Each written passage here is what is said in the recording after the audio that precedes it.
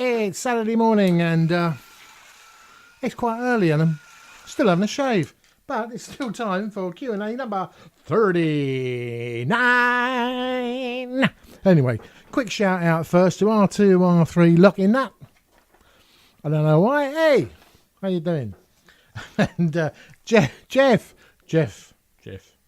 Still no boomerang action this week.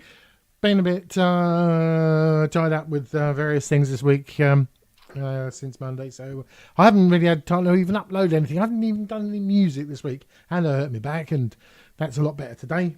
Tiny Dragon said, if that's your Monday, let's see what your Friday's like. Yeah, okay.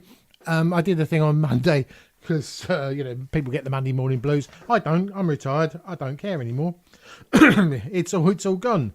EJ says, hey buddy, the cat's in France, meow in French. Well, they two talk in English, because I said to the cat outside the other day, I said, I wish you could talk to me. He said, me? How? Okay. Pause for that's when the old tumbleweed sort of goes across the screen, isn't it? If I had some decent editing effects, I could have done that, but I haven't, so I won't. Okay. Now, what else have we got this morning? Right, there we go. Well, I got a bit of a cough this morning. I don't know where I've picked that up from. Base Hiroshima says, I always enjoy this segment. Question. You mentioned that gear gets broken, thrown out and sold. Have you ever had any gear stolen? I have, and I can tell you it stucks. Well, the only thing I've ever get stolen is things like leads. And as you can see on my leads, I always put a little bit of tape on, so I know they're mine. And do you know, I've even gone to gigs where other bands are playing, and they've got one of my leads simply because I've played with somebody at some point and they've nicked my lead, and somebody's nicked it off them, and it's ended up in a completely different band. It's a bit late then to say, "Oi, that's my lead," and you say, "Oh no, I nicked it from somebody." I don't think people do generally nick this stuff. I think at the end of a gig, people sort of sling their stuff into a box and card it away. But with me, I do this because I know it's mine, and I don't nick other people's gears intentionally or otherwise. I'm very careful. At the end of a gig, most important, put your stuff away properly. Yeah. I don't know if that sounds really good or not. Do you know, I had a thing this week, a wonderful anecdote about my friend Eric. And I used to buy all my guitar gear from ESC Electronics, ESC Music in Maidstone. And Eric, who owned the store, he was a wonderful man. But he had a thing about the local council. He really, really, really, really had a thing about the council. Anyway, he got cancer. And sadly, he's dying now.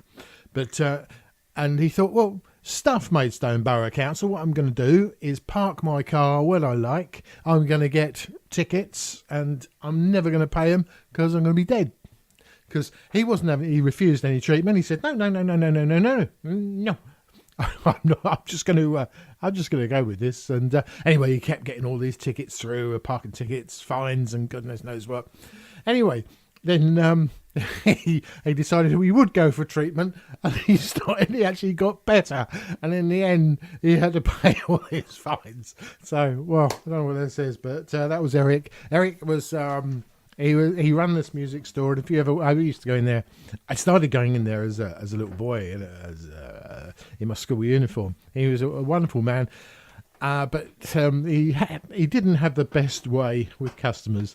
If you went in there and he didn't know you and said, yes, what do you want? It's over there. Bloody customers. And that's how he was. He was a wonderful, wonderful man. I'm very proud to say that he was a friend. And he was a good laugh. Mercurial number 6 gives me a lovely compliment. He enjoys the Q&A. It's not a comedy question, but given your experience, have you tried to play your own songs in public? Well, play something we know. And that really is something I've got many, many times if I've ever tried it. And, I haven't really done any of my own songs for years and years and years. Back in the day as a teenager, it was all stuff, had to write your own gear, My Baby Left Me a long time ago.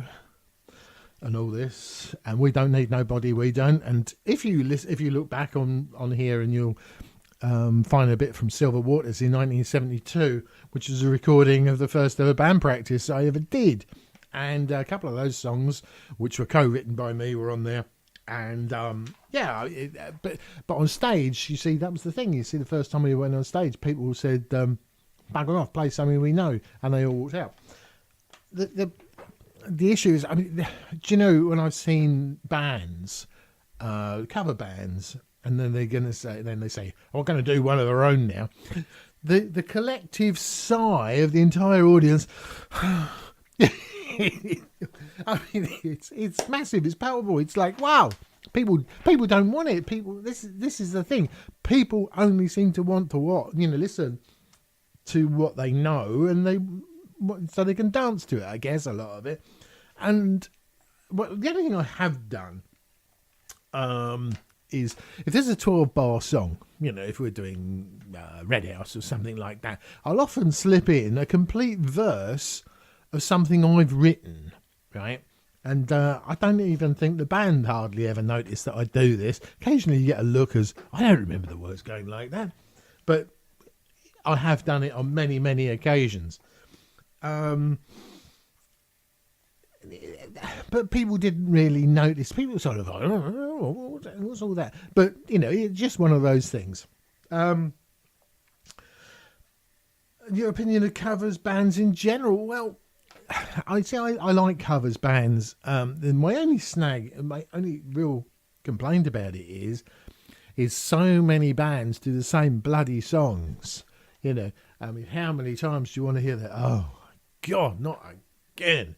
Which is one of the reasons I particularly like playing with Seldom Sober, because a lot of their stuff was modern, and or relatively modern, and well, I didn't know it, some of it, so I had to learn from scratch. And not many other bands played that sort of thing, but the youngsters, they all loved it, and certainly a lot of the time that musical audiences tend to be probably 40 plus, I reckon. It seems to be, anyway. But perhaps they're the people with the money, or the people that want to go out and have a dance and have a drink and have a laugh. I don't know. Now, and bands that sound exactly like Led Zeppelin having major success. Well, yeah, I mean, there's a movement, isn't there, of hopefully getting back to more rock-based bands.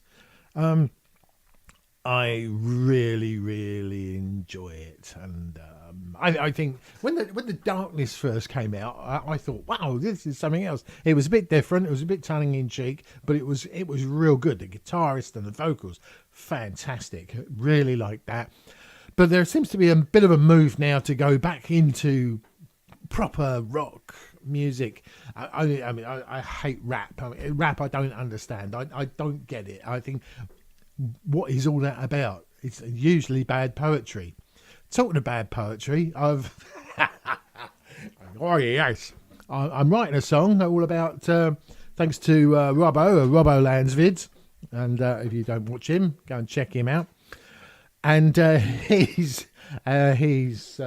put a little bit of a thing online the other day, a video online, and it was brilliant. And it was actually mentioning about an Audi A4 whose seats boil your bum. And I've been writing this song all week. I was hoping to have it done by now, but sadly, no. It's because various things happened this week, and so I'm not 100%, the way things are today. So I've done my best. This is Q&A number 39. Thank you very much indeed for watching. Horns up, and Friday, for no other videos before Friday, there will be the What's My Friday Like. Thank you. Until next week, horns up.